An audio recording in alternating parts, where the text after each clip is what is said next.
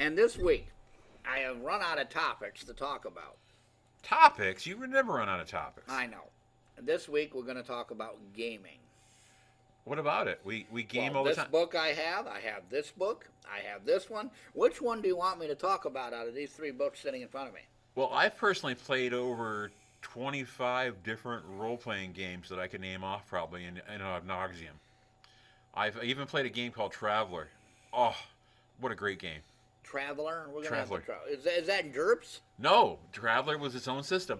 And what it was is it was a universe where intergalactic travel was possible. There were alien races, the whole thing. But the major part of commerce was to be able to afford to travel between star systems. So it's like Dune. Well, I don't know about that. Because Dune has it that there's no technology for computing. Computing is all either biological or people. Oh. There's a whole thing about that in Dune. So, all right, let's get to these people, what we do. We play role-playing games. Dice and paper. Dungeons and Dragons, dice and paper. Or if somebody does play online, it would be like Battle Axe. It would be like Zelda. Twilight 2000. No, that's another role-playing game, sorry. Well, is that a... What's the one with the miniatures? Which one with the miniatures? Oh, Chainmail? I think it was something about 3K. They had the Space Marines. Battleground? No. Yeah, I forgot. And goblins were involved, and this whole thing. Oh, you're speaking of Warhammer. You're speaking Warhammer. of BattleTech. You're speaking of Battleground. Yep.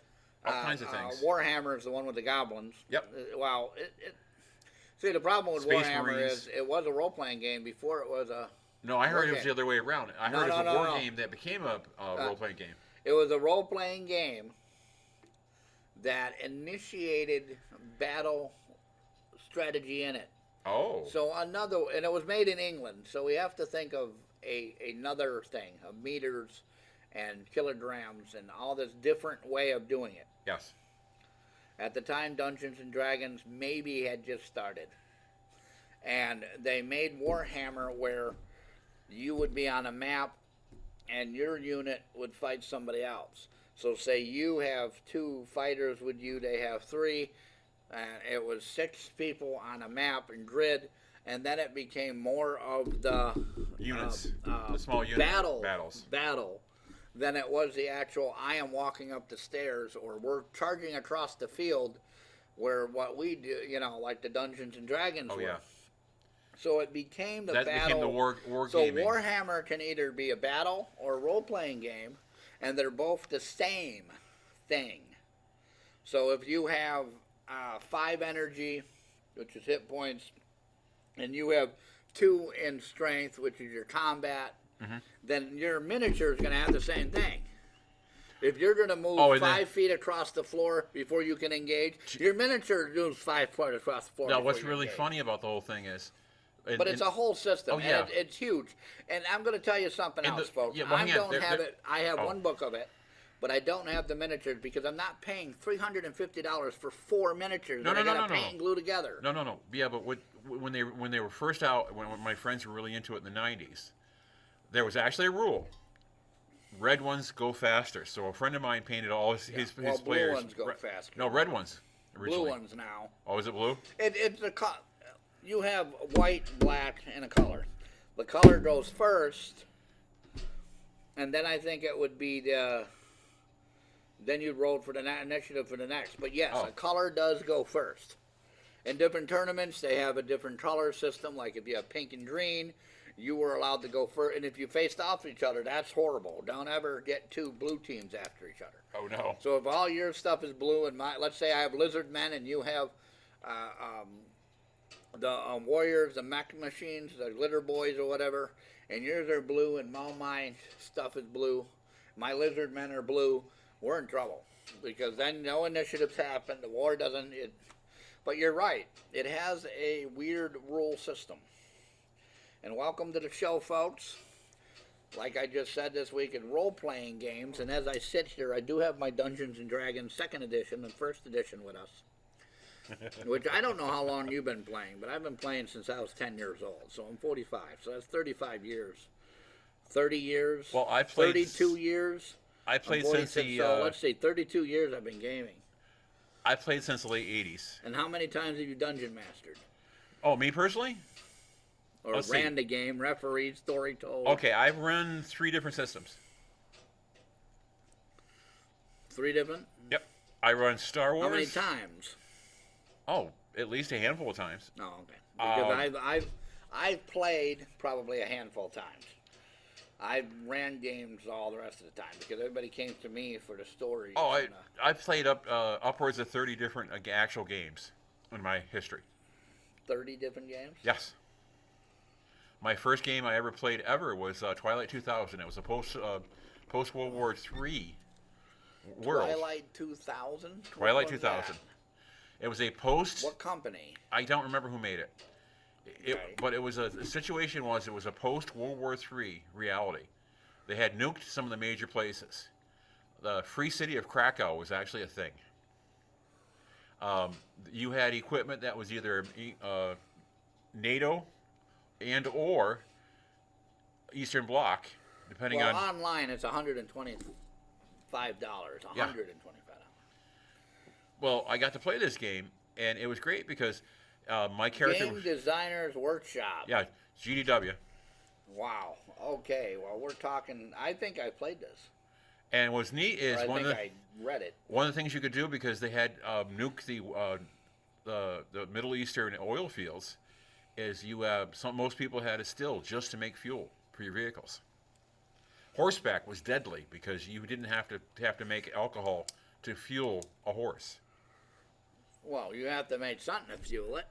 No, a horse. Yeah, but a horse, all he has to do is eat grass. Yeah. Well, I hate to give him the alcohol. That might not be good. No, but what I'm saying though is he only Yeah, I had know to what eat you grass and drink water. Now, for the people on our, because I can just see people tapping their heads, wondering what the hell we're talking about here.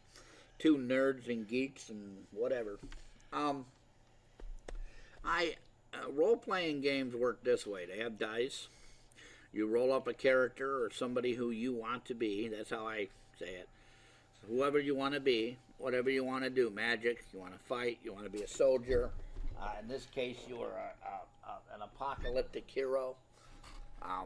And you go off on adventures or go off and do stuff. Or you Which survive are another. campaigns and adventures. Or you survive another day, depending on how the reality works. Well, what I'm saying is that's what you do something. And then you survive or you don't. And to me, it's another lifestyle. It's fun. Oh, very much so. It's a very, I don't know if it's educational, but it's Can I give my description of it? life-changing.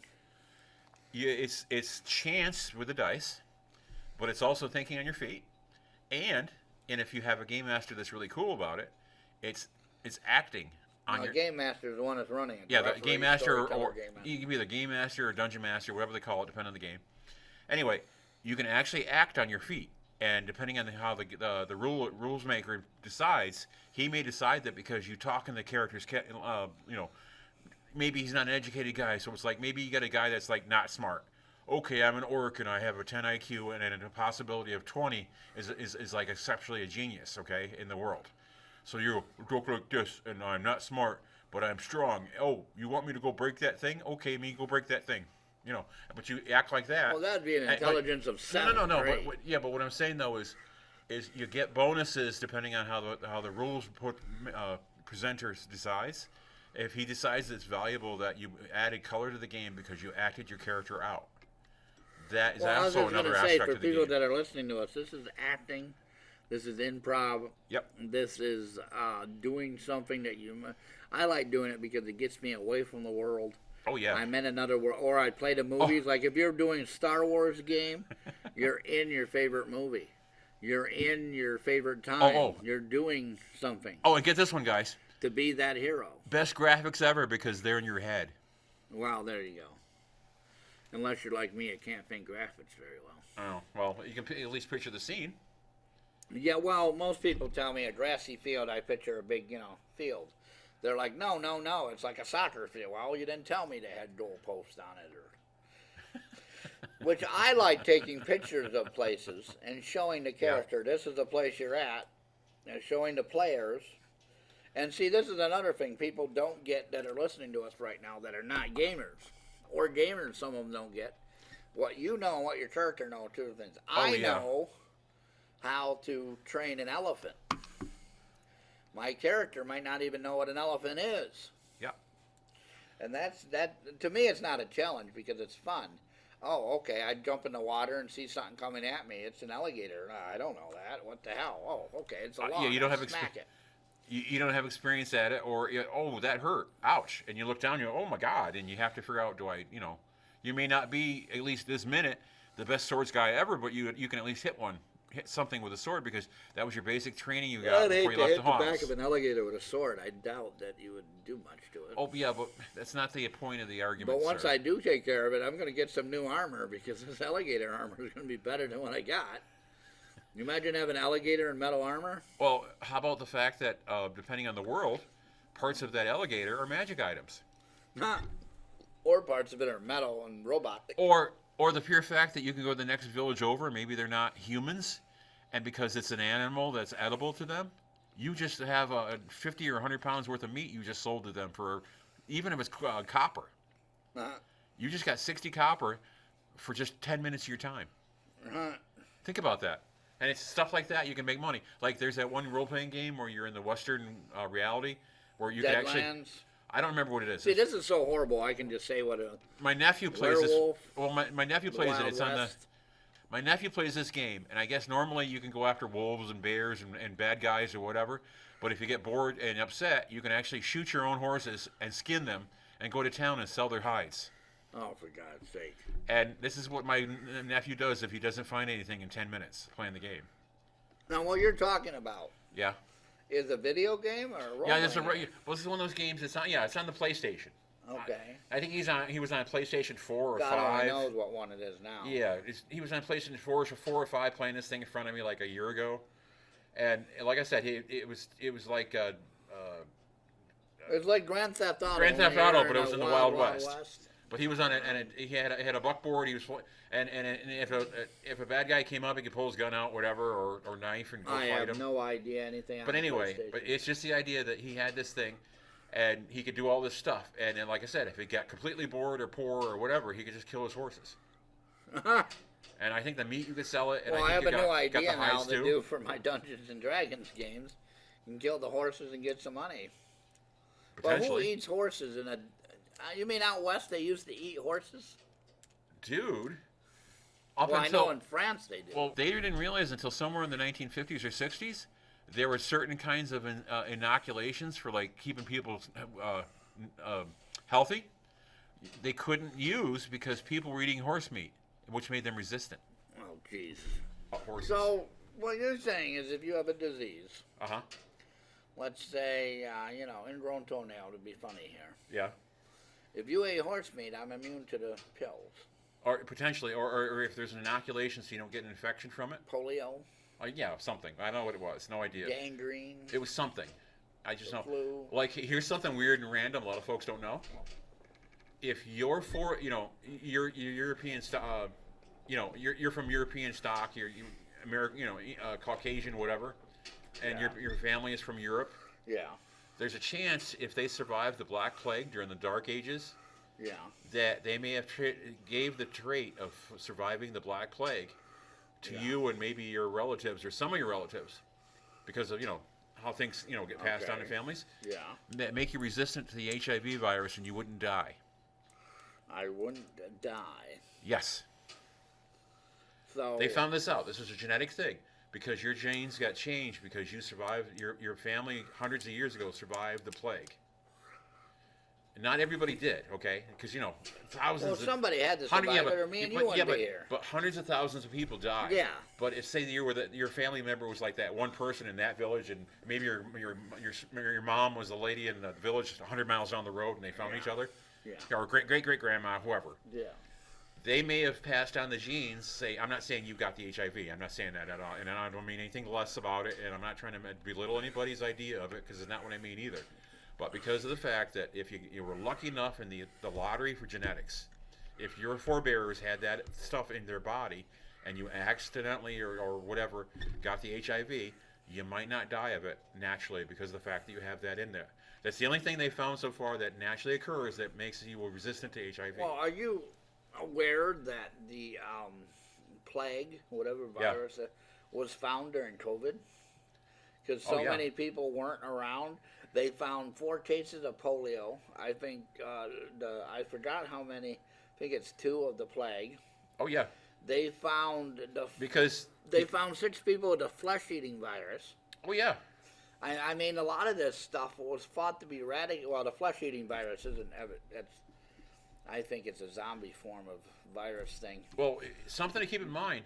Swine flu was found again in people. Well, one of the things to keep in mind, buddy, is when they got rid of the DDT. Okay, I don't know the name of the chemical, but you look it up. People Google if you want to. Anyway, when they got rid of the DDT, it made it possible for the bed bugs to come back. Bed bugs were nearly eradicated because of the DDT, but we found out it was hurting people in the process and other animals. Ditrolium tricholoethane. Well, yeah, whatever that was called. Ditrolioethane. Whatever it was called, it was DDT. It was what everybody called it. I don't know how to say the full name, but I know what you're talking about. But when they found out that was bad for using it on people and things, that's Is that when the one you're talking about? The ditrolioethane? I think so. Yeah. Okay. When that stuff got stopped used, bed bugs came back. Well, stopping use DDT is wonderful for the environment, anyways, right? Oh yeah. Matter of fact, it may have helped out with the eagles because I think it affected their shells because they got caught in the environment for all the animals that ate it. Well, DDT can kill anything. Oh yeah, but what it means though is even in the amounts that like maybe the DDT was used on earthworms or something. I don't know, whatever. Yeah. And then the birds were eating the earthworms, and then the something ate the birds, and then something else ate, and eventually the eagle ate the thing that ate the bird. Yeah. Well, it would thin the shells out, so it made it harder for the eaglets to be born.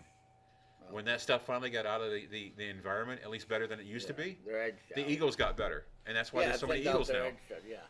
But that's a side effect of us realizing that there were better ways to do something. There's something it does with your tongue too, right? Yeah. But they used to spray that stuff in huge tanks right down the street like out of water. Oh, there was even stuff they used. Maybe it was DDT too, but there was something they used on mosquitoes where they would just fog an entire town. Yeah. Didn't even tell people close your windows up. We're coming through for this for this afternoon. Go close your door. Windows and doors for the afternoon until nightfall. They didn't tell them anything. Well, they just drove that fogger right down Main Street. DuPont made it that you put. It's not Teflon. Yeah, maybe it is a Teflon. Anyways, it was put in your pots and pans. Yeah. And if you heated it, it would get into your food and kill you. You know the way they found out there was a problem with that stuff? Yeah. Parakeets were dying in people's houses. Oh, really? Yeah, it was one of the ways they found it. Well, parakeets used to be used by being taken under the mines. Yeah, that's the bird in the mine thing. I can't remember the expression, but that's because they're sensitive to breathing in chemicals. Yep. I don't think that we use that stuff anymore. Oh no. But I'm sure in places, other countries, they do. And I'm sure you're right. Eradication of bed bugs, eradication of some mosquito types, eradication of rodents and stuff. I believe that if that stuff was used for that purpose, why can't we bring it back in small numbers and get rid of the stuff that we have problems with? Because you got to be careful because it will get back to the environment, and that's the problem. Is the eagles and things would get affected again. Yeah, but can't you keep it so that it's only used in one apartment and used only sprayed on the ground where it's not a but the problem is there, bud. There's right now, like I think Philadelphia is a famous place. Philadelphia or some other one of the major cities on the East Coast is famous for cockroaches that are actually resistant to all the known killing chemicals. Well, they're the European cockroach, which has been known to be resistant to stuff.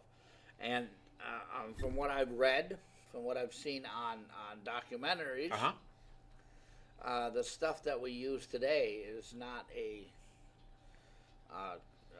get rid of solution, a termination of it. It is a deterrent.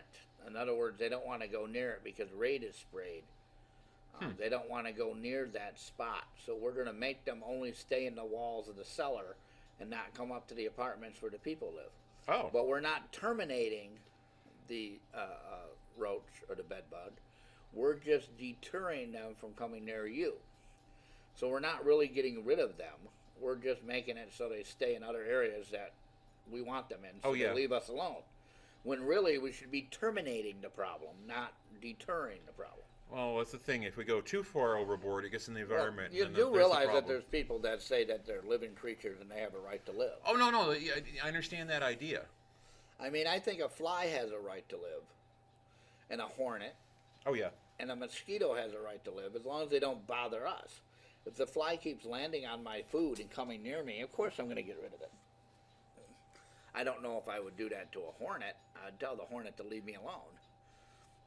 Hornets, I think, are very smart. I think the wasps are smart. I think the bees are smart. Want to go to the tropics? Oh, yeah, just what I want to do is go to the tropics. We're more This- bugs and bigger bugs. This time of the year would be perfect. I think you're trying to give me a message that this place is cold and you hate the cold. In fact, this room is cold right now. I'm okay. I would probably be able to take a nap in here if I had a You blanket. told me many a times you need to go to the tropics for a vacation, and I told you you're not going to exist down there. You're not going to make Hey, it. you want to? Oh shit! You're not going to make it down there. Hey, you want to write your name? He is trying to show me some stuff on his stuff about this credit card stuff we were Yep. talking. No, I'm not going to sign my name. No, I'm not going to get involved in any of that stuff to do with that conspiracy stuff. There's no reason to. Now, getting back to the gaming system, Yeah. you said something about Traveler, which is, I know it by doing a generic universal role-playing system of GURPS, There which is is a even. very good thing because it made a one-rule system to use with everything else, too. Oh yeah. However, I don't believe it exactly did what it was supposed to do. Oh, probably not.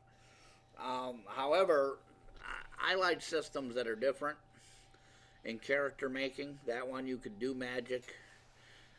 And what I mean by this, folks, is this is some of this is important to me when I look for a game, like Vampire the Masquerade or otherwise does this too. You make your character the way you want to do it. Dungeons and Dragons, on the other hand, this is it. This is what you get to choose from. Do it. So I can't be a fighter that can throw magic. I can't be a magic user that can fight with a sword. In other games like GURPS and Rifts and these other, Palladium is the company that makes Rifts. They have a fantasy, they have sci-fi. Jeez, GURPS Uncle is done by Wade, Steve was Jackson. that a yawn? Yes, it was. Tired of explaining my games to people. No. So, here, what I'm trying to explain to you, the audience, is this. There are game systems like Dungeons and Dragons that tell you what to do. There's other game systems that kind of give you freedom, but they still kind of tell you what to do. GURPS, on the other hand, said you make the character, here's a points, let's say 100 points, make the character, and go adventure. I believe Vampire the Masquerade said here's a point system of what you need to do and what you need to start with, and now go. West End Games and Star Wars, the original Star Wars game by West End Games, did that too. Here's what you start with, you make the character what you want to do, and you go. Now, my question for you, Mike, is this. Yes. For state of an argument. What game system do you think is, I mean, aside from Dungeons and Dragons, Uh-huh. we have Palladium, we have the D20 system. Well, it's pretty much Palladium too. Well, no, we have the D20 system. Uh-huh. And we have games such as Cyberpunk. Yep, different game mechanic, but it was interesting. Okay. And then you have games like Vampire the Masquerade, GURPS. Yeah. Oh, Vampire the Masquerade was funny because Well, it was these so much games more let you do difficult. what you want. Oh yeah, but it was so much more difficult because the books were written in story form. So the storyteller system. Yeah. So you had werewolf and vampire and vampires and stuff. I think there was even I think you could be a mummy, and I think you could be a ghost. Mummy, a mage, I was ghost a too. wraith, which is a ghost, vampire, werewolf, Frankenstein. You could be a changeling, which they consider to be fairies, Right. or trolls, or. And now I think you can also be a Prometheus, Oh. which is a Frankenstein.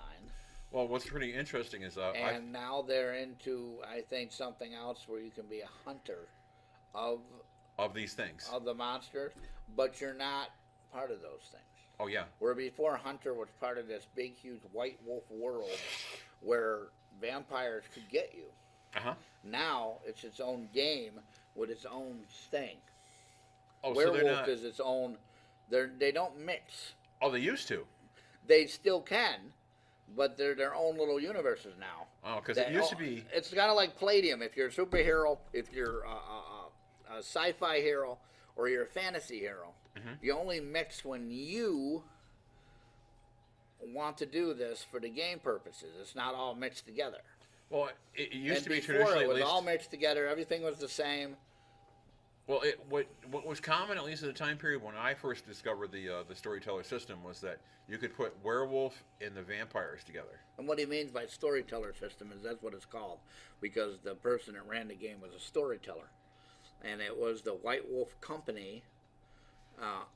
Ars Magica was the first game they came up with, and then they went into this D10 system, where you rolled a 10-sided number dice. of 10-sided dice to get a success. So you had 3 dice to 5 dice, Oh.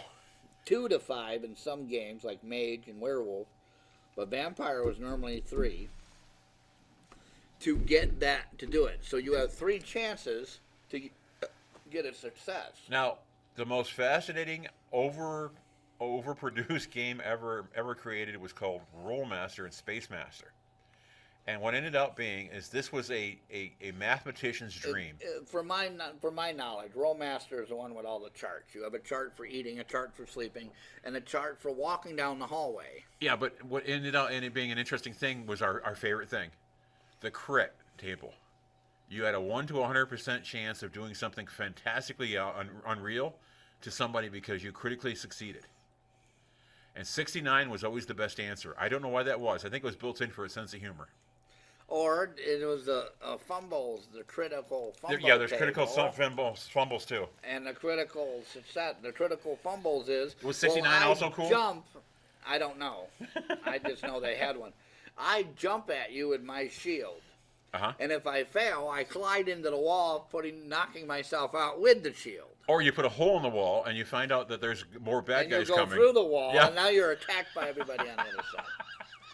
But for the people that are listening to this, what was so fascinating with that, and what I think is okay with these tables, is that it was funny because you got to roll to see what happened when you didn't do it. Or you did it But I so didn't well. like it because there were so many of them. Yes. 100 different things could happen to you. There's only 4 things that can happen to you. You get knocked out, you die, you get badly hurt, or you get injured. That's it. No, that could be the 5th thing. What? You Decapitated? No. You fail, but you somehow don't get hurt in the process when you fall over or something. Well, that's not a fumble. Yeah, it is because That's a success. no. But you just had that No, it's not. complication. No, but it's not a success because what happened is you fell out of the combat zone Yeah. and you're out of combat and you have to re-enter combat to even engage the enemy, which means you could be attacked with distance weapons again. Oh, God. So you're no longer in melee range, which is melee is when you can like hit people with your stick or you punch them in the face or whatever. Oh, God. So you are in missile range again because you fell out of combat range. Oh, boy. So that's a critical fail. I think I know what you mean. I think I know what you're talking about. Suddenly the archers go, hey, look, that guy fell out of... Oh, we got to throw him and hit him with these again. That's great. Getting hit with arrows out of archery. And then the guys that beat you with a stick are waiting for you to close in if you survive the arrows again. Well, real quick, folks, our email is snorkelinginthesandbox@yahoo.com. Yahoo! And our phone number is 607-238-3816, which hitting this button means we're on. I doubt we'll get any phone calls. Yeah, it's a hot button issue. It is, yes. So when we talk about these critical fails, and how many games had... I remember making my own, and still today when we play first and second edition of Dungeons & Dragons, you still make your own stuff. Yeah. How many of these new games have it? Or was Rollmaster and the Aliens game that's out now, they have a thing where you could fail if you're stressed or whatever they call it now. Oh, I forgot one of my favorite ones. I know people who refuse to play the game Paranoia. Oh, is that the one where you're dressed in a jumpsuit? Yeah. And you have to fuck over the other. Oh, no. Sorry for my language, but I'm going to say You're fucked over the other players I don't know if anybody for knows. you to succeed. I don't know if anybody knows the reality of, say, Logan's Run. Reality. Logan's Run. What is Logan's Run?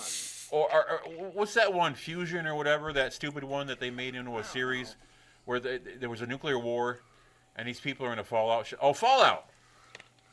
The game Fallout became a role-playing game and then it became a TV show. I don't know. Well, anyway, there's a thing called Fallout that was a game that was on the PlayStation or whatever. Yeah. Well, it ended out that... There's a role-playing game. Yes. But what I'm saying, though, is this thing happened and then the people... He's so funny with that cap. He has a compulsion to turn the cap several times. It's fun to watch when he opens the soda bottle. Anyway, it's a thing where these people are in jumpsuits when they first come out because that's what they're wearing in the Fallout shelter. Well, in the Paranoia, depending on what year you were born, everybody of that year were wearing a blue jumpsuit. Yeah. Because you're whatever year that was. I thought it was your rank in society. Oh, maybe it was. Okay, I thought it was their age. I wasn't sure it was age or no, rank. I think you're right, but I also think it was rank. Anyways, but it ended ended out that colored jumpsuits, so red, blue, orange, yellow. And it ended out that the computer made all the rules. And I guess somewhere along the way, maybe it's been running too long. Maybe when they first the computer got tired of humanity. Yeah, well, maybe that, or maybe something went wrong. Maybe nuclear radiation fell into the thing. I don't think the creators of the game know what happened to the computer, so they just left it up to you to figure it out. Well, anyway, along the way, something is wrong with the computer. Yeah. So it ended out that some of the people are working for the computer, not knowing that the other people are working for the computer. But the computer has decided that maybe, for whatever reason, because it rolled a mental die in its head or flipped a coin, now you're the enemy, and your friend in the back of the group or the front of the group is going to kill you. Or you're supposed to kill him. And this is where the quote comes from: the computer is not your friend. Well, see, I was always, when we played it, I don't remember much about a computer, but I remember that the DM could pass you a note saying your friend twisted his ankle this morning in a shower, and now you keep trying to bump him so his ankle hurts so he can't succeed where you can. Then you get the experience points and you get to do stuff. Well, I heard that... Or somebody's afraid of mice, so you're going to walk for the cellar where you know there's mice down there. Well, they have to go across the stairs where they can get into trouble with it's not a game for... seeing them. I mean, unless you're like very, very, very able to separate what happens in a game compared to what happens with your friends or fellow gamers in the group. Yeah. You can't play Paranoia because if you take it personally, what happens to your character... you're not going to be a happy camper there because one of the things that you actually are built in is I think you build. I played for fun just because I never did it before. But what I've found out is I think the minimum thing you do is you are given 3 characters. So you're given your main character and 2 clones. Yeah. Standard because they expect you to at least die once. Huh. We never died. We just didn't do. But this is a situation, and I found out that for whatever reason, I think it's the same system or whatever. Twilight 2000 interacted with it; it had the same game mechanics, and someone had figured out how to put a main battle tank into the computer's core and blew that son of a bitch up. What about the little boy with the bazooka and Over the Edge? Over the Edge? You ever played that one? No. Oh, Over the Edge was awesome. You go to Al Hamaria because you're somehow there. Yeah. So you make your character, whatever it is, and then you're sent there. Oh, is that an Arabic world? No. No? It's his own little whatever. Because I know that there's a thing called Dark Sun that was a world that you could play in the D&D world, second or first edition of AD&D. And what happens is you were on a planet where the sun was actually dying. Huh. And magic was the so... only thing I remember about Dark Sun is like you said, no magic. No, there was magic. But it's very limited. It was down to very base elements. And, there was no magic, and You could basically die from being outside faster than you could, and everybody had a weapon. So no matter who you were, everybody wanted to kill you. Yeah, and one of the things that I had that really sucked is I was a magic user, and I wasn't aware because I never knew nothing about the game. So I took out a magic user character. I was spending silver, equivalent money, for components to make things to defend myself, and gaining copper. So I was losing money out of my mind. I was on the verge of saying, I'm just going to let the next bad guy kill me, because it wasn't worth it. Well, a lot of those worlds, you gotta, I don't know what's the word for it, but like Dragonlance, Greyhawk, Dark Yeah, but not Sun. all of them you suffer. Just like you never want No, to be... but what I'm saying is, you the player, Yeah. if you're used to playing in Dragonlance Uh-huh. with dragons, and you go into Greyhawk where there's no dragons. Well, I don't mind that. Dragons are not my favorite thing. Well, but what I'm saying is, if you're used to one and you go to another, you'll suffer. So the Dark Sun campaign is for the players that do that. Then there'd be Dragonlance, like I like Dragonlance. Mm-hmm. The Greyhawk, Forgotten Realms. See, I've done all the last three, and I have no problem with any of Yeah. them. I'll play it. I've even played Wolfenstein or Castles, whatever that one with the horror in it. Ravenloft? Yeah, whatever the horror one. Yeah, Ravenloft. And even Well, originally Ravenloft wasn't a world. Oh. Originally Ravenloft was a Dracula, because they couldn't get rights to it. They made somebody else. It was a campaign to go to a castle, like Castle Dracula, Castle Ravenloft, and Von Strahd, and defeat him for a girl. Wasn't it Castlevania? No, it was Castle Ravenloft. Oh, okay, but it seems like there was like a Castlevania or something. Well, they tried some, and they, because of regulations and rules and laws and copyrights, and they made their own. Gotcha. And it was the first time they've always had vampires, but they did that, and then they said, okay, this is good. Players wanted it, so let's make another. Gotcha. And then make another. Then Van Richten was like, what's the character in Dracula that he's after? I don't know his name, but anyways. Van Helsing. Van Helsing. Van Richten was like a Van Helsing. And then they had a Gollum that was like a Frankenstein. Victor something. I think that's what you're Victor talking Frankenstein. about. No, somebody else's name. They renamed everything. They redid everything. They put it in a Dungeons Frau and Bluger. Dragons term. Sorry. Yeah. Young Frankenstein reference. I couldn't help it. They put everything in Dungeons and Dragons that was werewolves and werebats and Oh, you know the one? brains in jars, and they put it in a Ravenloft setting. You know the one whole world you don't setting want to be a then magic become user ever popular in? by a box set. And today's number, I have some stuff that's worth Oh, yeah. that I've saved. Do you know the one world you don't want to be a magic user in? Spelljammer. How'd you know? Because that's the only one where you have to stand on a platform and use all your magic to make ships move around. Yep. That's the one you don't Well, want to be a that's magic what I user. was told. I've never played it. Well, I have 2 adventures for it, but they're more like Alternity. Have you ever played Alternity? Well, you know what they're really like? You know the books, the Mars series? Yeah. Well, what they're basically doing is they have the equivalent of that world, but the magic makes it possible for the vehicles to move. Well, it's not the limit. Yeah, but it's not this limited. It's not the limited gravity. It's actually magic, and for some reason they get well, you know what an envelope happened with around, that, right? around oxygen around the ships. Well, I we don't have know to the- go on a small little break right now. But Okay. when we come back, I'll tell you the story of Spelljammer and Gotcha. what happened. We'll be right back, folks.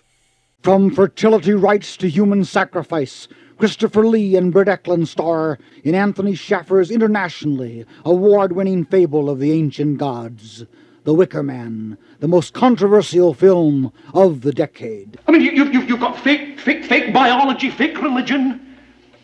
Sir, have these children never heard of Jesus?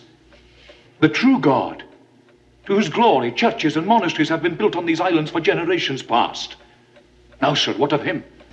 The Wicker Man, a tale unfolding in mystery and ending in an all-consuming revelation of terror. Disease. Most asthma attacks are caused by allergic reactions to allergens, including those left behind by cockroaches and mice. In fact, 82% of U.S. households contain mouse allergens, and cockroaches are found in up to 98% of urban homes. Okay, people, come on, settle down, everyone settle down. Joanne DiCarlo. Present. William Robertson. Here. Raymond Vega. Yeah, I'm here. Peter Lawrence. John Earhart. Morona Maxwell. Andrea Thompson. Every day, 10 children are killed by gunfire. 10 dead kids. 10 kids too many. The violence won't stop until you help stop it. To find out how, call 1-800-WE-PREVENT for free information. That's 1-800-WE-PREVENT. And please call today. Not one more lost life. Not one more grieving family. Not one more. You're planning a long vacation, or just a day or two. You're finally on vacation. You're wondering what to do. You want someplace that's different. You want someplace that's special. You can have a great vacation in New York. And you say, I love New York. You can climb a mountain. I love New York. And there's such great sailing. I love New York. We can all go camping. I love New York. 'Cause it's so exciting. New York is different. You know, New York is special. You can have a great vacation in New York. And you say, I love New York. What a great vacation. I love New York. What a great vacation. When tombstones topple and coffins creak open, and the deadly, delectable lady in lavender searches for fresh victims, that is the time to see Phantasm, a fiendish undertaking. Oh yes, and it does have a burial plot. Phantasm, if this one doesn't scare you, you're already dead. Phantasm from Avco Embassy Pictures, rated R.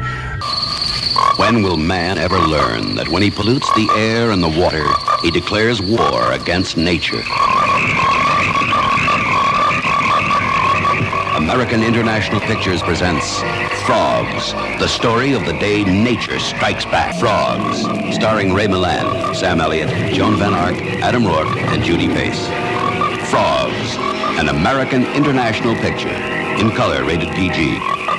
Frogs, today the pond, tomorrow the world. Ribbit, ribbit, ribbit, ribbit, What are you doing? ribbit. Oh, I'm just having fun with the rabbits. Or ribbits. Rabbits. Rabbits are frogs, frogs are rabbits, whatever. You know, just having fun. The things that jump. The fribbits? The fribbits. The frogs. What? The Frogs is a movie. You notice I have some movie. Ribbit. Ribbit. Ribbit. You never heard of Frogs the movie? No, have you ever heard of the Trouble in Frogtown? No. Yeah. Oh, Johnny Piper. No, isn't that a Troma film? Might have been, but it was Roddy Piper was actually the star of that movie. That was the same ones that made the Toxic Crusader movie. Hey man, Toxic Troma, Crusader, whatever it is. Yeah, Toxic was an awesome character. There was like what three was that movies. other one they did? Babes and something. Oh, they had Nuclear High. There were 2 or 3 of those movies. I mean, Troma Films really did the wonder on there. Now, did they actually make them, or did they just produce them? Like, give the money for them and then put their name on Well, it? they were made in New Jersey. No, I meant, were they actual producers, just funded stuff? Or did they? Were they? Or did they actually direct them and make them and write them? I don't know. I don't know that part. I can't remember. But anyways, if you're listening to us and you like Troma Films, that's kind of like what role-playing games are sometimes. Anyway, well, as I look over here, I think we have a phone call, Mike, finally. Do we? What do you think? I should press this button right here and let him come on the air? Wait, is that the nuke one or is that the nurse one? That's the new phone number, 607-238-3816 number that we have for the show. Oh, yeah, answer it, man. We ask people to call in, and we might as well encourage them. All right, here we go. Oh, go ahead, caller. You're on the air. Is it he or is she? Are they breathing hard? What's going on? I don't know. I think they just pranked us. No way. Now, either that or they hang up. This is bizarre. We're in a digital age. It shouldn't be not static like that sounding stuff. What's that? I have no idea. I absolutely have no idea. God, somebody went hard and went analog. They went hard. So they were, oh God, I don't even want to think about that. Wait, you don't know what Bob and Neil is, but you know what hard is. Go figure. Yeah, that's something we won't discuss anymore because thousands of people around the world now know that I can't get a regular joke for anything. And what was that noise? What? And our pizza has arrived.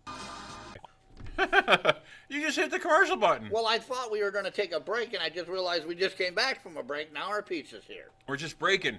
So now I got to get up and go get the pizza Go get it. and leave you here to talk to our audience. Well, audience, I think I've got to talk to you because I'm so interesting.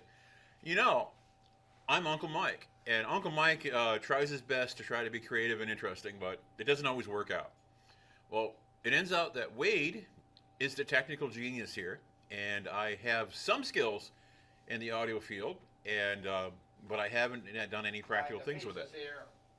All right, cool. What are you telling these people? I'm just telling them that I'm cool. I don't know, things like that. Jesus. Oh my God. I have no idea what You left me just with an said. open mic. Yeah, I know. An open mic for Uncle Mike. Here, folks. Pizza! Okay, if you went on a break, it really wouldn't have made a difference. I wonder what? Made a difference. Why? Those advertisements were not a thing we're profiting off of. We're not even getting free stuff. What? You know? At least like the radio guys, like when they got like the companies like I don't know, Snapple or whatever back in the day, they'd actually have cases of Snapple sitting in the place because the sponsors were so happy with their work. Well, we already have a sponsor. No, we don't. Yes, we do. Who? Sponsor of the show is Delivery Food again. Delivery Food. Because we have no sponsors of the show because nobody wants to send us any money. Oh, and the company that did this, their sauce is a killer, and a little bit of spice in it. Oh, Yes. it's the stuff, man. We tried to get the delivery guy to speak on the air and tell you about the pizza, but he refused. He ran out the door.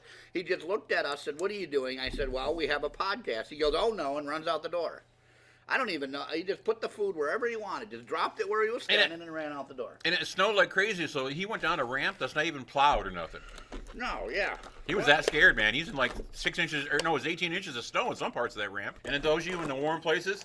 Yeah. Picture like somebody's Slurpee machine went nuts, and you can't walk out of the store without getting your feet all wet. A Slurpee machine? Well, it's the only thing you can think of with the Florida people.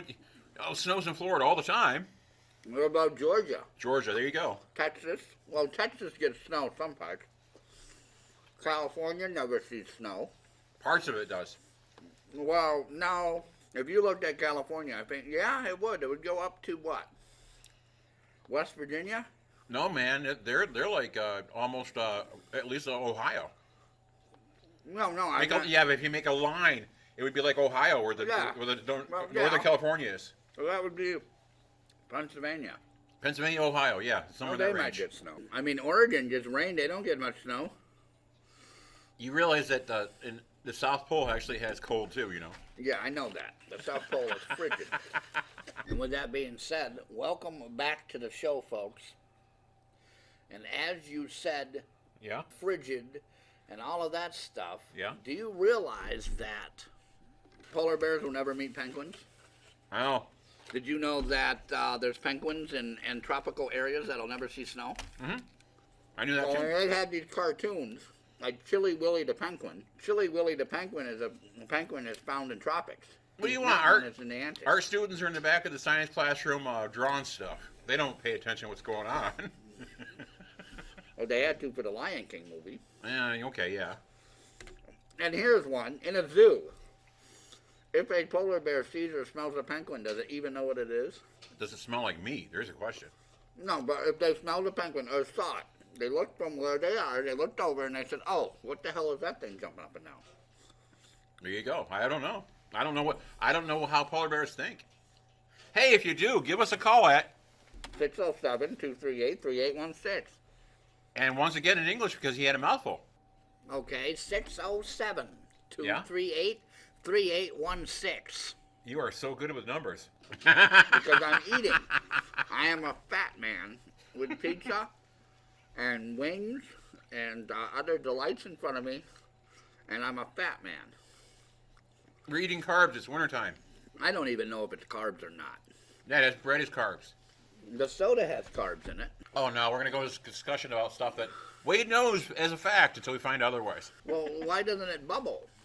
What bubble? The soda bubbles because it has carbs in it.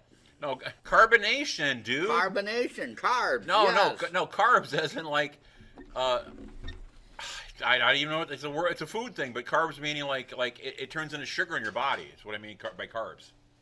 Well, if that's the case, potatoes have carbs. Carbs, yeah. It's starch. Starch. Potatoes are in starch, not carbs.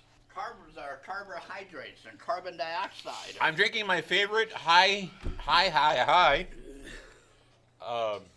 Mountain sure. Dew. Oh, I didn't want to say Mountain Dew. I didn't want to advertise. That's Mountain Dew. We don't have to. Who said we did an advertisement? Somebody can say, we're two gamers who have a podcast, who talk nothing about gaming on our podcast, drinking Mountain Dew every time until we're so defibrillated with caffeine that we can't even stare at each other. That's a word without now. saying doubled. That's a new word. Wade's inventing an entire dictionary. If I invented an entire dictionary, believe me, there'll be words you never knew about.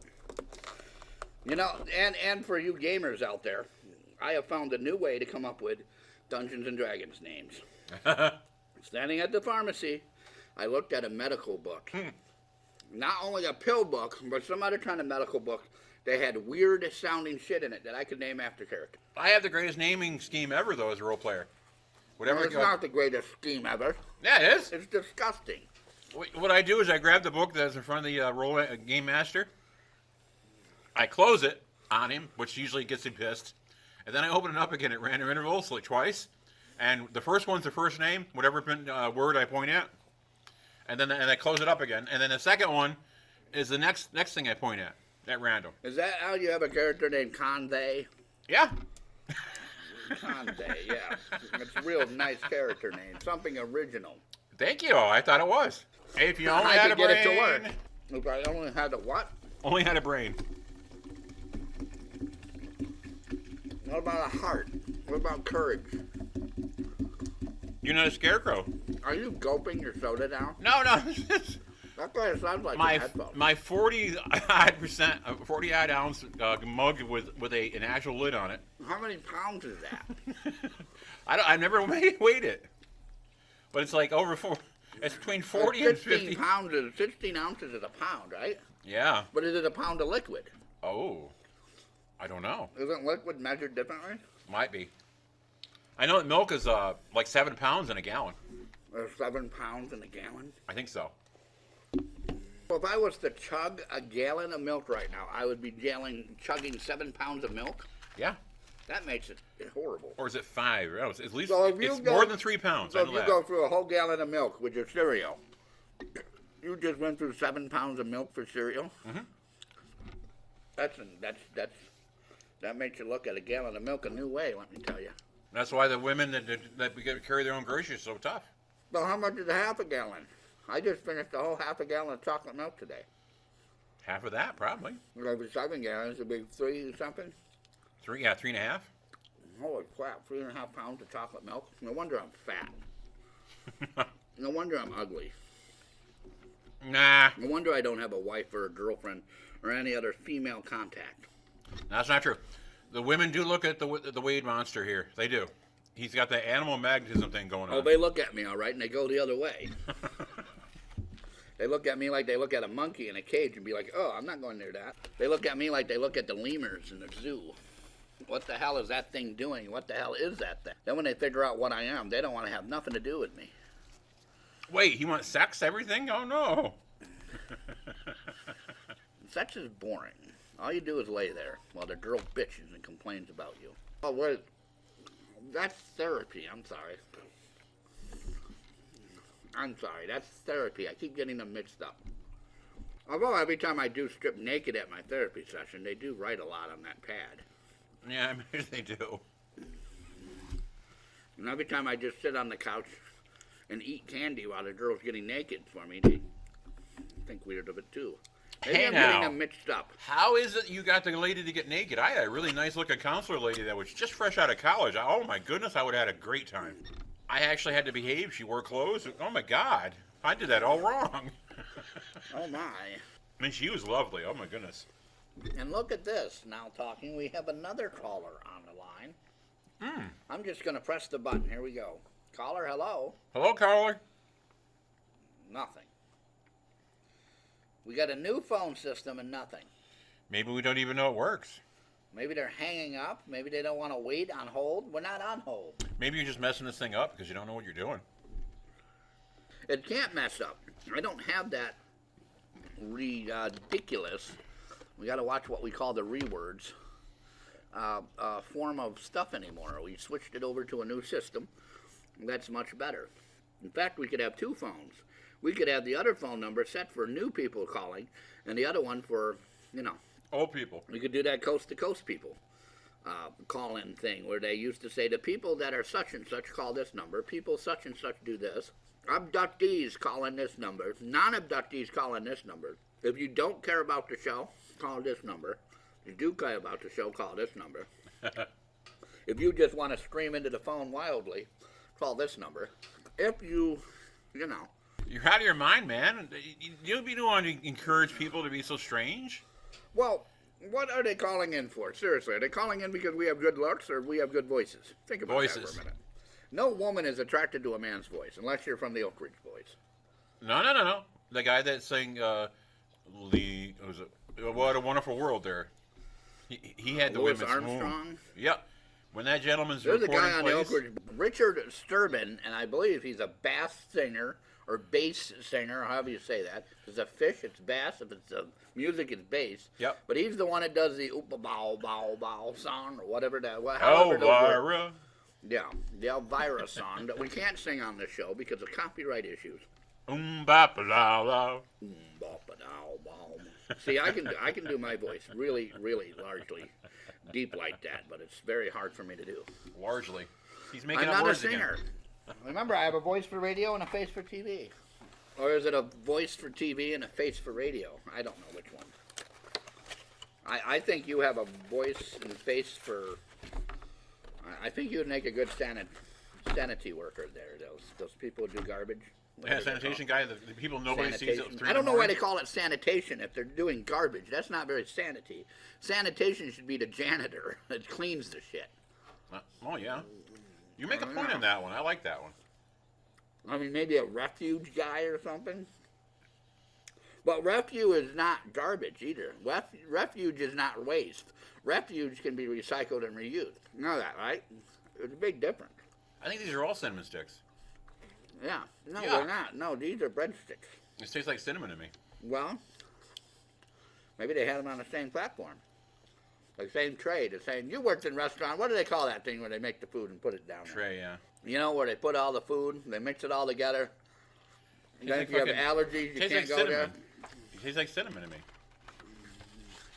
It's like bread to me.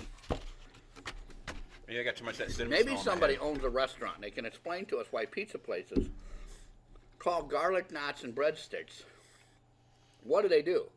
Do they actually just have extra dough for the garlic knots? And they just twist them up and throw them in a fryer? Why can't they pound all the dough out and make another pizza? I don't get it. I really don't. You're the one that worked in the food industry. Well, I did too, until I got fired. But if you want to listen to that, you got to go up to our other shows. What show number was that? I don't remember. I have no idea. I can't even. I think this is show number 8, isn't it? Or 9. It's 8. We don't have a 9th. This is show number 8. I think they took down number 1. You're number 1. I'm number 1. Yes, I know I'm number 1. And you're number 2. No, I'm never number 2. I'm number 3. So because that's the going Star Trek joke. If you're into Star Trek, number 2, number 1. So number 2 is what? The captain? No, number 1 is the first mate. Number 2 is the assistant, and then number 3 is like the commander. Did he ever get his own ship? Which guy? The one that played Riker? No, Oh, yeah. was it Riker? Captain Riker. Yeah. Did he do good? Oh yeah. He made the wall there in the new Starfleet show. You made the wall? Oh yeah, man. Evidently, some happy crap after the Next Generation things happened Yeah. went wrong in Starfleet, Yeah. and they had like a dark age. There was like a war or something. Okay. And for like 100 years or a little bit more, Uh-huh. they didn't even do Starfleet. They did a They war didn't- college. They didn't even do Starfleet. Yeah, they did like a war college thing. So how can you do a war college without doing Starfleet? Because they didn't, they did it a different way. They did it like the Romulans would, or somebody who's all war. Because they were getting their butts kicked, and they had to be just out there fighting. That was it. No scientific discovery, none of that stuff. Are we allowed to talk about this on this show? I don't know. I don't think anybody's going to yell at us for talking about Star Trek and promoting how wonderful it is. I really don't. Or don't laugh. Do not laugh. That's not funny. We could get in trouble for talking. Well, we'll laugh about what now? You're laughing about the fact that we're promoting Star Trek. That it's funny that I said, I don't know if we're allowed to do that. I But think it is a gaming show after all, so we Yes. are talking about nerdy stuff. nerdy stuff. Or is it geek stuff? Well, I think nerd is a more I would acceptable throw the term. geek as somebody that is in the games and doing stuff. A nerd is somebody that reads and studies. Like the Oh. nerd would be the professor, and the geek would be the one that's actually doing the experiments. Oh, I don't know. Sounds like a fun argument, though. What about a dork? Oh, dork. Those are the guys that both of the geek and the nerd laugh at, I think. Well, then what am I? If I have dorks laugh at me. I'll be nice to you because you run the show. You're the boss. Oh, okay. You'd be nice to me, huh? That's good. Being nice to me is good. You should be nice to me. Oh, be nice to And everybody I if am you can. the boss of this show. You're not Even the though boss you of came me. Up with even though you came up with the name of it. Isn't that the joke? You ain't the boss of me. And we have finally finished up our Parmesan bites that were wonderful. And now I'm dipping my cinnamon sticks into the garlic Parmesan sauce. Yeah, he's got It's the good. whole savory and sweet all twisted together. Yeah, it's good. It is. Yeah, take his word for it because I'm not doing it. You're not doing it? Nope. You're not going to try this? No, Chinese food, if I'm in the right mood, I can do that whole sweet and spicy thing. But Cinnamon no. and garlic is good. I can just picture everybody of one of our audiences now turning us off because we're talking about something disgusting.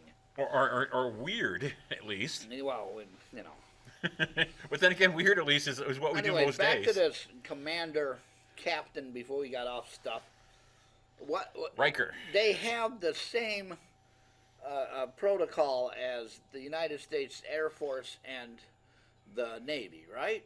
Admirals, generals. Oh, yeah, I think there's- commodores, captains, commanders. Oh yeah, there's even fleet And if there's fleet anybody leaders and out stuff there, like that. anybody out there that knows better than we do about commands in the military, let me know. Well, you know, But I I'm was saying a lot of them are captains, commanders, commodores, generals, lieutenants, admirals. Oh yeah, but what's neat about the whole thing is that we kind of sort of did that same kind of an organizational thing, at least with ranks, when we were in members of the Starfleet International. Now you're going to have to explain fan this. club. Explain all of this to our audience because I don't even understand it. Starfleet International is a fan club that's been around since I think somewhere in the 70s, and it's just neat because they organize conventions and even charities. And what's neat is that it's just a bunch of sci-fi people that get together and they So get anybody their can nerd make on. a group. We can make another group because there used to be one called the USS Rod Sterling. Well, I Sterling. remember you going into parades. Yep, we went to the one of the bigger parades in the area. We'd all be in our uniforms. We'd hand out candy because that's what the local parade in our area does. We Oh, that's toss just candy what at I kids. want. Some Star Trek guy handing me candy. But we have a lot of fun. Is it Klingon candy? Is it Romulan candy? Is it Borg candy? No, but we've tried to get Romulan ale a few times. That's a tough get. What is it? Romulan ale. That's that green beer, Oh, jeez. but not the kind for St. Patrick's Day. It's a little stronger. Now, that's a real thing? No, it's a thing from the game. No, but I universe. meant you can actually make it? Like, you can make dragon stew and other No. stuff from the Dungeons and Dragons Oh yeah, game. matter of fact, there's even a Like cookbook. Dune, Star Wars and Dune for instance, has that. They have the blue milk, and they have this white, gray stuff on Dune that they make in a recipe. There's even there's actually a cookbook out there called Neelix's Cookbook. You remember Neelix from Deep Space Nine? No. Or not? The guy Voyager. With the rainbow. He was. Yeah, the guy that was kind of clownish looking and they actually have a cookbook based on his on the food that he made. Yeah. Or at least created in the show. You're talking about the Tylenian Maline hybrid that was the guy that cooked. Oh, Talaxian is what they. Mylene is what he They said he's mostly Taxanian, but if you look, anyways, Mylene Taxanian. He was a alien species that was very unique. From the Delta Quadrant. Yeah. Oh, so that's the Borg quadrant. Yes, that's their home area. Alpha, Beta, Gamma. And Delta. They have no Charlie quadrant. No. And they have no Echo quadrant. No, because it's not. And they have no Franklin quadrant like. No, because they don't have that because they try to base it on actually Greek alphabet. The what? The Greek alphabet. Yeah, but you gotta have if you have a alpha, boat, beta, gamma, delta, epsilon, zeta, epsilon. The Chee, CHEE. Anyways, if you. Deep Space Nine also was not a ship-based one. It was based on a star base. Yes. That was kind of all over. Well, it wasn't all over. It was in the Delta Quadrant. Yeah. Well, it was on the verge of Delta. Yeah. Cardassian space and the other race there, the reptilian race. Yep. Who had a prison planet, which the prison planet was mentioned in the movies. Anyways, and this was after Roddenberry had passed away, right? Yeah, I think so. Because he hated conflict. Well, no, towards the end, he got all peaceful because that's what happens when you get turned 60 years old or older. Well, he didn't like conflict in the first one either. That's why everything had to be resolved at the end of the show. Oh. You couldn't leave any unresolved stuff and all these other rules I for thought the it writers. was yeah, but I also think it was a part of the idea that the next episode could be completely different. Yeah, and also, did you know that the original military was green? The coloring of the lights made it orange, which showed up yellow when they finally did it. And also the TV screens. Yeah, and the red was security. The yellow was services. Do you know why these colors? Blue or light green at the time was medical. Do you know why these colors were these colors? Because of the lighting. No. The lighting reflected off the green showing. Hold on a minute. Let me tell you. They were on NBC. What are the three colors that are on NBC? Red, yellow, and blue and green. Well, green too, but yeah, but rainbow was NBC. No, but it was just it was originally just three colors. Was NBC the Peacock or was that Yes, CBS? Peacock. Yes, but originally it was three colors. So yeah, but it was originally just three colors. Yes. And that's why they did it because they're originally on NBC. Yes, but the actual fact is a green shirt like your shirt you're wearing today. And they were made by the Desilu Corporation, which is Lucy. Lucy made Star Trek possible. Yes. I Love Lucy is where she was from. Yes, but she became a producer. Yeah, but she became a producer because she got. Was she going by her real last name at that time?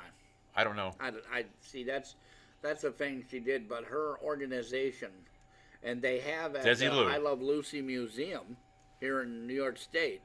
They have a section of Star Trek that talks about what she did. She was from upstate New York, actually. I don't know I forgot who she was best friends with.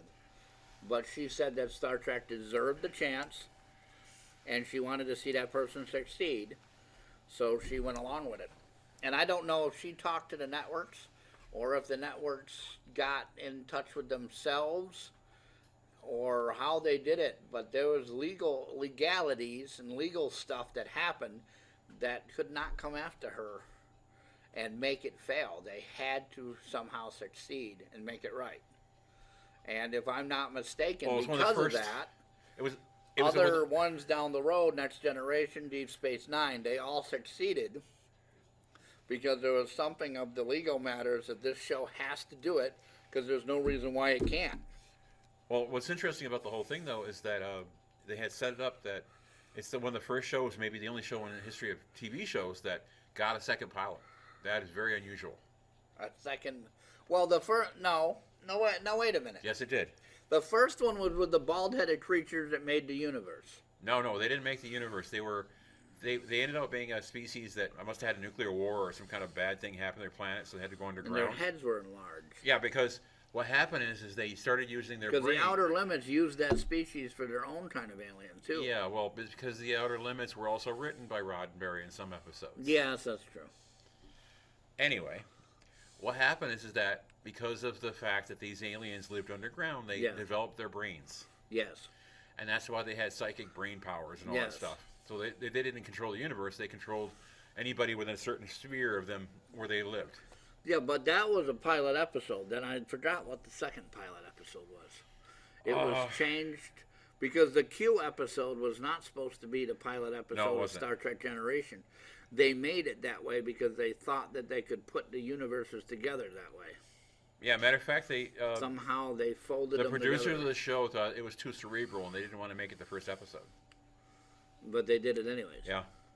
And then the second and third episode, something happened. Anyways, the Star Trek The Next Generation also showed different Klingons and another race. I don't know if it's Kardashian or something was introduced, but they didn't want to do it. But they did it anyways. And you know what's interesting about the whole... The Ferengi, and maybe it was the Ferengi that. the Ferengi, and you know what's really terrible? Originally, the Ferengi were supposed to replace the Klingons and the main bad guys. Yeah. But somebody wrote them too strangely or something and made them comedy relief instead. And that's really sad. They were actually a merchant species. They weren't really a. They weren't a warrior species, but they Well, they were, but they would but take they advantage weren't- because they fought they got over- high technology because they bought it or stole it. Yeah. Well, there is a race in Star Trek that uses other people's high ends. Oh yeah. Because they refuse to advance themselves because they're too lazy. Oh yeah, I forgot. But a lot of these races that are in Star Trek, you have to understand. If you're into Star Wars, Star Trek, Babylon 5, a lot of these races are designed after humans' conflict. So the Klingons, for instance, were about our war. The Romulans were about war and people. Yes. And country and background. Those two races.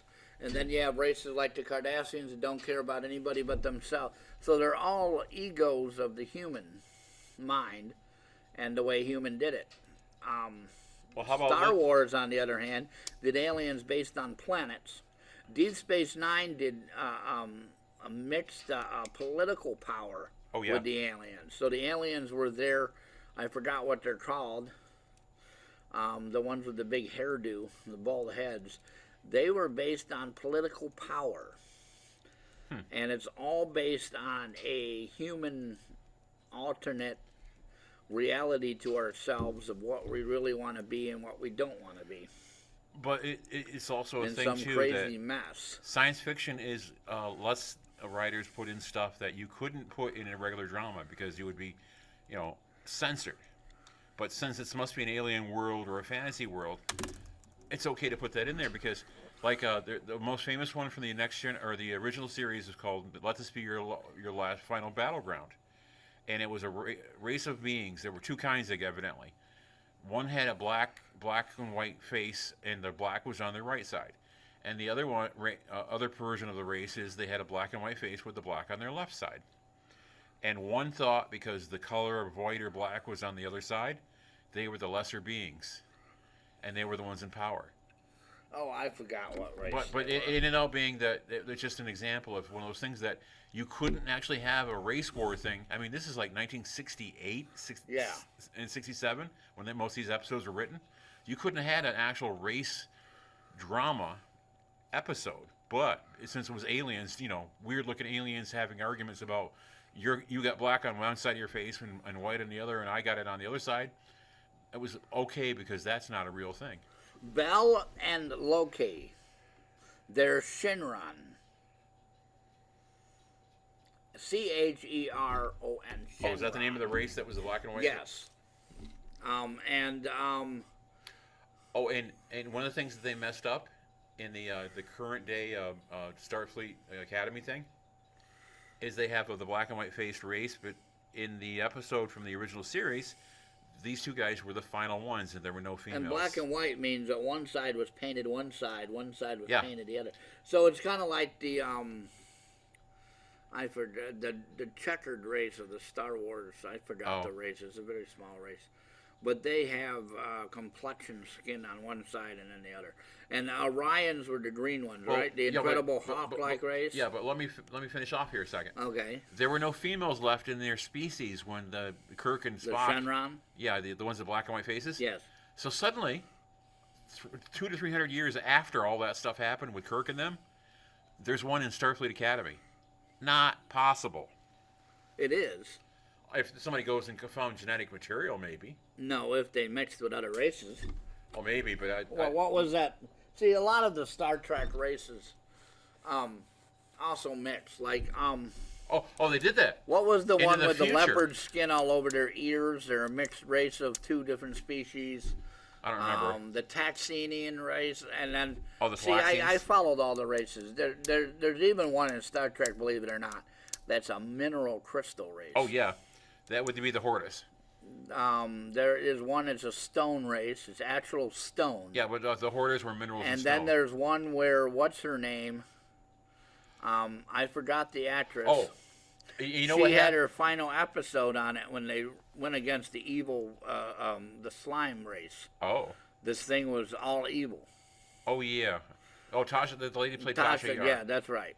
Tasha Yar was the character who ended on that episode. And she ended on the episode because the actress had a conflict. It the was. producers. I don't know if it was producers Oh, or pay. and here's a bit of trivia a lot of folks don't realize. The Deep Space Nine was supposed to be originally was intended for a spin-off where the character who was actually Bajoran, Ro Laren. Denise Crosby. Yeah, Denise that's Crosby. The name. Yep. I just remembered. I forgot. Michael Dorn does Worf. Yep. Anyways, Denise Crosby played Tasha Yar, who was returned in a Romulan series, actually. Yeah, oh, and a Romulan guys. She And was she was a hybrid of her race in Romulans. Wasn't she a hybrid Vulcan she was and then no Romulan? She was whatever her humanoid race was. She was human-like, but she was from another colony. Maybe she was human. I don't remember exactly. But she joined the Romulan. Well, fleet. she didn't join them. She got captured, and I think she ended up her mom, Tasha Yar, ended up having a kid with somebody, and I think that's how she became the character became possible. Yeah. It was a timeline thing. Yeah. A history thing. Well, the Vulcans, Romulans, and another one are all the same race. Oh yeah. Which is what's his name there? The famous Vulcan of any of Spock? them. Yeah. What was he played by? Oh, that was Leonard Nimoy. Leonard Nimoy, and then there was another guy who played another famous one. Oh, the guy that played Tuvok? No. Or let me see, what was the other famous one? See, I don't know the characters of these things. I just know them from their Which TV series? appearances. There's a lot of It famous. would be Voyager. Oh, Voyager. Oh, it's Tuvok. That's the one that's Is that the dark one? colored. Yes. Yes, that's right. And I argue at the point. There was an episode where Tuvok. He's the one that saved these 7 of 9. Yep. From the Borg. No, the Borg virus. It spins all the stuff in your head, and then you basically go nuts and destroy yourself. Which now the Borg, from what I was told, the new series is the Borg joined the Federation. Oh. And the Queen is something to do with controlled by the Starfleet now. Interesting. Or the Federational planets or whatever it is. Do you know what they did? They decided they. There's Road Borg. There's Borgs that have gotten their memory back. It can't change, so they went rogue. Oh yeah. And one of them's in a sphere, believe it or not. But anyways, now the role-playing games of this stuff also has. I got the Delta Quadrant one. I need the Alpha or Beta. Anyways, one of them I have explains the Borg as a race that's not powerful, the way the characters are set up. So it's kind of funny because it's like, fighting a goblin or a troll or an orc. But they were in large numbers. When but really they're like fighting a dragon. Yeah. Well, the D6 system that I spoke about earlier in our program, it has a holocron it's called. And you can do Deep Space Nine, Deep Oh. Space. You can do Babylon 5. You can do Aliens, Predator, all in a D6 dice system configuration. Now, you know the game I always thought would be great, And that was by West End Games, by the way, like I said earlier. Oh yeah, West End was actually a Pennsylvania-based company. Yeah, but they made all the Star Wars. Oh yeah, I know. Literally all the names for the races and everything. You can actually download the books now for free online. And rumor is that some of the new Star Wars movie, the first 3, were made with some of that material. Oh. And some of that material is no longer what they call canon. Yeah, whatever they call it is original stuff, because they have changed it now. Oh, I know. And now that stuff, which is original canon or whatever you call it, is now has a worm world attached, like the X-Files. You have one world here, one world there. Oh, yeah. Star Wars in gaming terms is starting to be like that. Oh, it's funny. Which I think is stupid, and I won't do it. I won't do it. And get this, the Emperor wasn't as insane as everybody thought.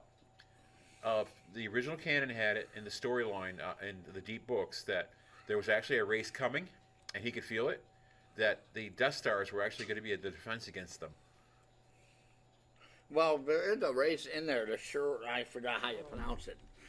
They're like a cannibalistic vampire race, and their weapon is a huge serpent that they can stretch out and use it against people. But this was something that was going to be on the fringes, I guess, of the known galaxy of the Star Wars. Yeah.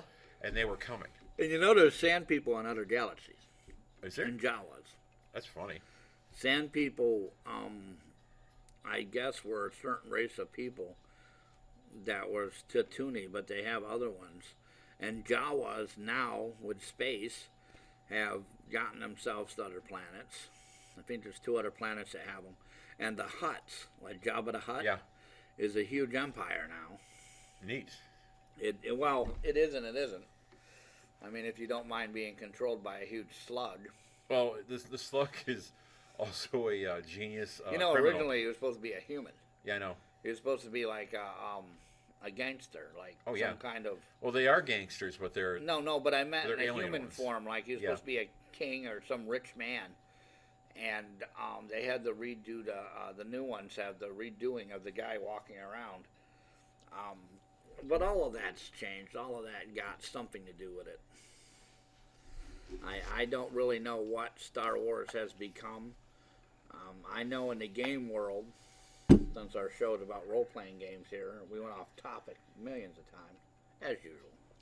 But I know Not in the us. role-playing community, Sega Edition, D20 Original Edition, is not following the West End game system, and I don't think they're having anything more for it, so the books are becoming a lot of money.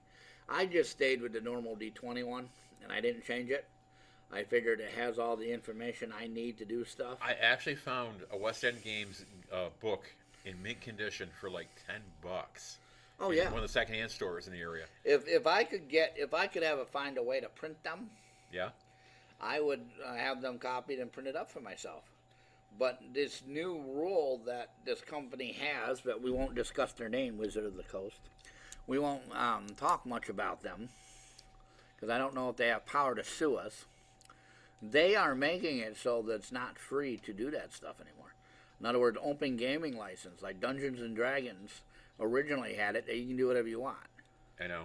Now it is a system and you have to follow it. Well, which is wrong. That's why I won't buy 6th edition. I just won't do it. I might do it because I want to collect them. Even for collector's edition, to say I have every single edition ever made. Even though we have laptops. Yes. And then people know the built-in system and those famous people. Yeah.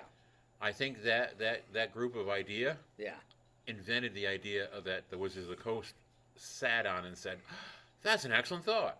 In our realm of reality, we are like those people that do the IBM brand computers. Wow. We are, equivalent. Yeah. So they can get away with that stuff. Well, it's funny you mentioned IBM computers. No, I only said it that way because was typed on an IBM but word processor at the time. But what I'm saying is that I'm implying the brand because of the fact that the American. Well, there was a Brother. There was IBM. There was a lot of Oh, companies. no. Okay, frick it then. Windows. Yeah. The people who invented $1 a year back when they first. Windows 95 cost $95 in 1980 or 89 or whatever it was, or 95. Windows when it first 98 came out. was the first one I ever used. But 95 was the first one with a number onto it. Yeah. And they charged $95 that year for the program to put on your computer when computers were probably selling for $150. Well, yeah, I don't know. And that was like ridiculous expensive Isn't for people. it the same amount of money now? I mean, it hasn't changed much. No. But the thing is, at the time, Yes. a loaf of bread that was like the name brand kind Yeah. was $1. Yeah. So this is what we're talking about here. This isn't like yeah. like nowadays where you pay $1 and I that's see the what one you from mean. I see what you freaking mean. wherever. You can get penny candy in a store, but you can't get an operating system for under 100. But back then, computers was a luxury. When I first got my computer, I did everything on it. Oh, I know. My mom would have me type up the. I knew somebody things that had one of the first portable laptops. That damn thing weighed 30 pounds. Oh God, I'd hate to see that. It was neat because it was a suitcase. A suitcase. A suitcase when you closed it. See, I don't know if this is true or not. Now that you're talking about computers, but the laptop I have here and the laptop you have on your side. Is this basically a motherboard, a hard drive, and components, and it's the same as a tower? Because I was told you can open this up, take everything out of it, put it in a tower, and it will still work the same way. Oh, yeah, because... the only difference they have is the stuff is on the side for USB, and the game card. Yeah, and you don't is have... not going to be... Don't have a non-integrated video card, have a non-integrated sound card. Yeah. And then you put your USB... But and that's all it is. If you can open the case carefully and don't hurt anything, you could potentially upgrade the motherboard in your laptop with more RAM. Because our good friend made... You know that, right? Random access memory. Make it faster. You could potentially do that if you have the know-how. I don't know in today's world if RAM is worth making anything faster or not. I don't know. It does. Now, Does like it I really had a do it? friend that back when it was gigabytes or megabytes that had, for memory. Yeah. I know a guy that was the first. He had an actual gigabyte hard drive that he used. He used it for his RAM. That thing nearly flew. It almost hurt your eyes how fast it moved. Back when it was still megabytes. And what's gigabytes? 100 of them equal... No, 1,000 equal a terabyte. 100 gigabytes to a Oh, I had a whole workup. I went all the way to the 12. 100 gigabytes is one... There was I had it looked up from the internet. There were 12 different ones, and the names were much more complicated. But isn't 100 megabytes 1 gigabyte? 1,000 gigabyte... No, 1,000 megabytes. It was like 1,000. I think it's like 1,000. Is a gig... 1,000 gig is a tera. Tera, and then Tera, there was... I think it was... I don't think there's anything higher than No, there is. right No, now. that's what I'm trying to tell you, buddy. Right now, we're in the gigabytes, which is the fourth power. Okay, think of it that way. Yeah. I had it written down because I looked it up on the internet to the 13th power with all those proper words. We're in the terabytes right now. Yes, and there's a way to get kajilabytes or something like that. I can't what they call it. I probably forgot that, butchered the word, but that's like the 5th or 6th one from here. Like some of the stuff they're talking about in Deep Space Nine. Well, I was told it's like it's pixels. pitiful. I was told it's like pixels. No, I meant the number ratio is like pixels. Yeah, it is. goes into a number ratio to get better. But what's neat about it is... Oh, half the stuff I watch on Star Trek right now, like when they did the intercom thing out their ears, it looked like a cell phone. Yeah. Thinking, oh, we passed that. Oh, think about this back then, one. that was science. That was a huge, big thing, walking around with this tablet. Now a tablet's like, oh, okay, I got one every day. Well, this is the one that gets me going. All our phone is a miniature tablet. Oh, yeah. But isn't that the joke of that? There's been cartoons and stuff where they pick on the original series. Because Kirk and Spock show up like in current day, and somebody says, oh, look, they have flip phones. Because they're communicators. Yeah. And it ends out that they have better communicators later on. Well, they finally, in the Starfleet Academy episodes, you remember how the pad was a thing a little bit bigger than our current cell phones are? Yeah. Well, what they did is they made the pads almost as big as like your 17-inch laptop screen. That's how big the pads are now. My friend has a screensaver. But like you know what a pad is, right? Yeah. That's that personal thing. He has all the a Starfleet. sticker that goes around this thing. No. Like the Star Trek The pad is the one where they walk around with it. they got a book or maybe an instruction manual or whatever. They need to read something. Yeah. And they're walking physically around with it. Yeah. Well, the pads are now almost as big as the screen on your 17-inch laptop. Yeah. Which they never thought to do in the next generation. So they always had that thing. It was a little bit like a freaking little Nook. Yeah. Nook or what do you call it? The little e-book reader. Yeah. And that was considered important and big and whatever. But it was like dinky. Why would you work with something that dinky? Another thing about all this technology is, like the cyberpunk games and other stuff we discussed earlier. If we really had that kind of technology, how dangerous would it be? Well, do these games say, when they say, oh, something in cyberpunk games has it that you have a defect to your character because you have electronics in you? If you have it beyond a certain percentage of your body. Well, yeah, but if you have it, then you can start losing your humanity. Degrading, yes. Is that really true? Well, consider this Did one. R. Townsend, or however you say the name, that made that book, he is still alive. He's the creator of Cyberpunk. Artel Solian. Yeah. Did he really have a glimpse of the future, so to speak, when he said that stuff? Because it's something that we're dealing with today. No. Am I destroying my humanity by having a computer and a laptop when people can't even talk to each other in the same room? We already doing that, buddy. Rooms, they can't look at each other and ask how their day was because you just texted it. Wait, something to think about that a lot of folks didn't even consider. Modern warfare and warfare from even the last 300 years. You started to realize that people were like, they were surviving battle because we had the ability to heal people or stop bleeding. So now we have people that, he's walking around without his arm or she's walking around without a leg or something. Now maybe they put a stump on or whatever so they can walk around, or maybe a claw or whatever. But they lost some of their humanity when they got injured like that. Well, all the guy did was he took war-wounded people and used the same premise, except for these people volunteered to have parts of their bodies replaced. Well, see, that's another thing. How far in the future are we with that? We have now something that can hook your arms to electrodes. Oh, yeah. And bend and move. We have other things that you can think for people in wheelchairs that are paralyzed and think of stuff, and it'll come up on the screen of what they're doing in a cartoon form. Well, don't forget, kind too, of a little thing of what they want to do. Over 20 years ago, they had the ability to track your eyeballs, so you could actually control the screen by actually, people like trying to write a book or something. Maybe they could use their hands. Right now, our voice manipulation, fingerprinting for getting on computers. Oh, yeah. There are work settings and jobs and companies that make you fingerprint or eyeball to sign in to work. Oh, yeah. There's government facilities that you have to x-ray your entire body. I don't know about that, but yeah. Yeah, you have to x-ray yourself, like your face and your chest and your arms, and put your whole hand up on a device that scans your whole hand to get into the places, to even clock into work to start your day. Yeah, it depends on what you're working in. I disagree with all of that stuff. Why are we doing all of that stuff? Where is it going? It's going in a database. We're getting into a whole nother show format right now, but it's true. Where are you going? In a database. So you have all this information. If somebody gets a hold of that, what can they do? Well, maybe it's the modern thing, because there was a belief, I guess, way back, before technology was a thing and information was free and available, that magic made things happen. Like it was assumed magic made weather happen and things like that, because we had no way to explain it. Hang on, let me explain. So what happened is people thought the most basic form of magic to control somebody was to keep their hair or their fingernails or something, because then you had a bit of them, you could control them. It was we're talking about a subject that could be control. You and I both know that. But what I'm saying, though, is in the modern day, your data is your fingernails. Yeah. Well, also, here's another thing. If I can't get in, you've seen me with passwords and stuff. Oh, yeah. How can somebody steal my info if I can't even get on there to check out how much I have in my bank account to buy Chinese takeout? Well, we paid for this pizza today.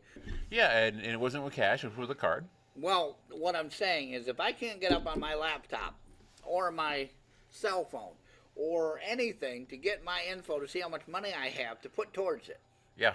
Because of password and this and that. How is somebody going to steal my shit if I can't even get in it? Well, because there's code and there's basic I know. information that that can just be sidestepped if you But know that's what what to I look said. for. If somebody can't get in their info, you got to use your Facebook account. You got to use your Google account for this. You can't do stuff because of Facebook accounts and all that. Other people can't. Then how is somebody going to steal our info if I got to go through 5 things to get into something? Well, it's just like I found out. I have a card that I'm not going to say because I've got services. But it's easier than having a paper check now, because the paper check was a pain. I'd have to physically go to a place and cash the checks or See, deposit I was them. told when I was a kid that everything's going to be put on a credit card. Yes. And they're going to do stuff. And my parents told me absolutely not. I am going to control my own finances if I have to have it in an envelope under the bed. Yeah. Well, I'm not going to have anything. Now, you can't do anything without a bid. You can't walk into Dunkin' Donuts, for God. And everybody listening to us knows where Dunkin' Donuts is and knows one. yeah. And probably you got to scan your card. You can't swipe it. You can't put it in. You got to have that little chip so you hold it up to it. Oh, here's something that You can't even get a cup of coffee without using a credit card. But wait, here's something to worry about that a lot of folks don't know. They've got scanners that are so sensitive now. Let's say, like you traditionally, I don't know, I don't, because I don't like the whole thing how your hip gets messed with. I don't carry my wallet in my butt pocket, okay? You do? Maybe you don't. I don't know. None of my business. But so let's say you did. I do. There's a scanner. Hang on. Let me finish.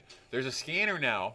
So let's say you're pulling out, I don't know, say your blue card, whatever that blue I card already is. know what you're talking about. Well, hang on a minute.